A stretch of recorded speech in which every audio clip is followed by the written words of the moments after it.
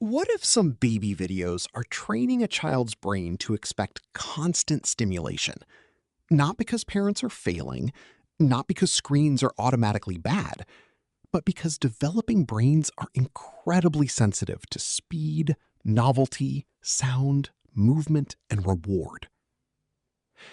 Today, we're talking about the hidden psychological cost of fast-paced baby content, like Cocomelon-style videos. Not from a fear-based perspective, not from a good parent versus bad parent perspective, but from a developmental psychology perspective. Because modern children's content is very different from the slower-paced shows many adults grew up with. The pacing is faster, the cuts are quicker, the colors are brighter. The stimulation rarely stops. And according to pediatric experts and developmental researchers, that may matter for very young brains. Many parents notice the same thing. A toddler who ignores almost everything else suddenly becomes completely locked onto the screen. No movement, no response, total attention. Then the video ends, and the emotional crash begins. Tantrums, crying, irritability, demanding more. Now, importantly, this does not automatically mean damage is happening, and it does not mean a child is addicted. But there is psychology behind why certain kinds of content can feel intensely compelling to young children. Young brains are naturally drawn toward novelty, movement, bright colors, music, emotional exaggeration, rapid rewards. And many modern baby videos are specifically designed around those features. Fast scene changes, constant visual motion, very little downtime, very little silence. For an adult brain, this may feel exhausting. For a toddler brain, it can feel almost impossible to look away from. A toddler's brain is not built like an adult brain. The systems involved in impulse control, emotional regulation, waiting, and sustained attention are still developing.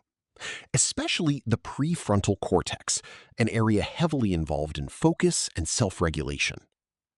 Researchers at places like Harvard's Center on the Developing Child have repeatedly emphasized that early childhood brains are built through repeated experiences and interactions. And young children build attention gradually through slower, real-world experiences. Conversation, play, boredom, exploration, movement, waiting, face-to-face interaction. These experiences help children practice regulating attention naturally. But extremely fast-paced media can place attention into a constant high-stimulation mode. Some researchers and pediatric experts worry that when children become used to very high levels of stimulation, slower real-world activities may begin to feel less rewarding. Things like books, independent play, classroom listening, meals, conversation, getting dressed. Not because the child is lazy, not because the parent failed, but because the brain adapts to repeated experiences.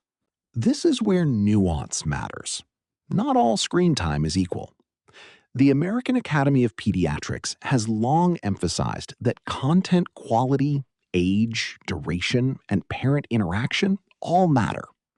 Video chatting with grandparents is different from passive binge watching. Slower educational programming is different from rapid-fire overstimulating content. And screens that replace sleep, play, movement, or human interaction may affect development differently than occasional balanced viewing. Research published in pediatric and developmental journals has linked excessive early screen exposure with concerns involving sleep, attention, emotional regulation, language development. But researchers also stress that the effects depend on many factors: the child, the environment, the type of content, family stress, sleep quality, and how screens are used overall. So this is not a simple "screens are ruining children" conversation. The science is more nuanced than that. You may hear people online say things like, "Cocomelon destroys children's dopamine systems." That is not an accurate scientific claim, and it's important not to exaggerate. But dopamine is involved in reward, novelty, motivation, and attention. And fast-paced content delivers rapid novelty, constant stimulation, quick emotional rewards, frequent sensory changes. Young brains are especially sensitive to reward patterns. That does not mean permanent harm is happening, but it may help explain why some children struggle emotionally when the stimulation suddenly stops. Because real life moves slower than highly edited baby content. A parent talking during dinner, putting on shoes, waiting in line, building blocks. None of that competes with animation designed to capture attention every second.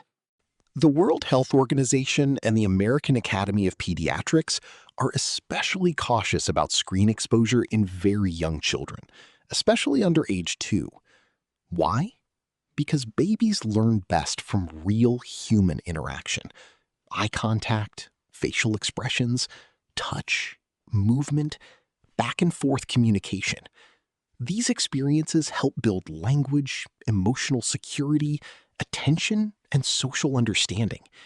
Screens cannot fully replace that developmental process. And this is one reason many child development experts encourage parents to prioritize human interaction over passive viewing during the earliest years. Many parents describe similar patterns after long exposure to highly stimulating content. Harder transitions, emotional outbursts, irritability, shorter attention for slower activities, sleep struggles, more demanding behavior. Now, importantly, these behaviors can happen for many reasons. Temperament matters, sleep matters, stress matters, routine matters. So no single behavior proves screen-related problems. But many pediatricians encourage parents to observe patterns rather than panic. And many families report improvements when overstimulating content is reduced. This is not about perfection. Most parents use screens sometimes, especially exhausted parents. And guilt is not helpful. The healthier question is, how is this content affecting my child specifically? Some evidence-informed strategies include choosing slower-paced content, avoiding screens before sleep, reducing background TV, watching together when possible, protecting time for play and conversation, allowing boredom sometimes. Because boredom is not harmful.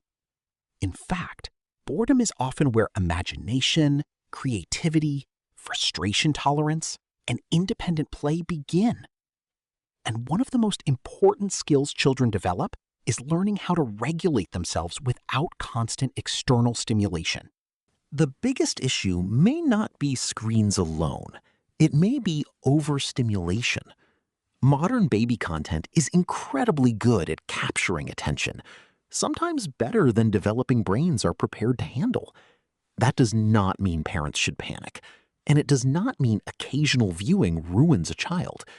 But understanding how developing brains respond to fast-paced stimulation helps parents make more intentional choices. Not fear-based choices, not shame-based choices, just informed ones. Because children's brains are not miniature adult brains. They are still being built. And what repeatedly captures a child's attention can slowly shape what their brain begins to expect from the world. Before you go, think about one thing. After screen time, does your child seem calmer or more dysregulated? Do transitions feel easy or do they become a battle? You don't need to be perfect. Just start noticing the pattern. And if this helped you understand your child a little better, share this video with another parent who may need a guilt-free explanation. Comment below, what type of kids' content seems to affect your child the most? And subscribe for more science-backed child psychology explained in a simple, parent-friendly way.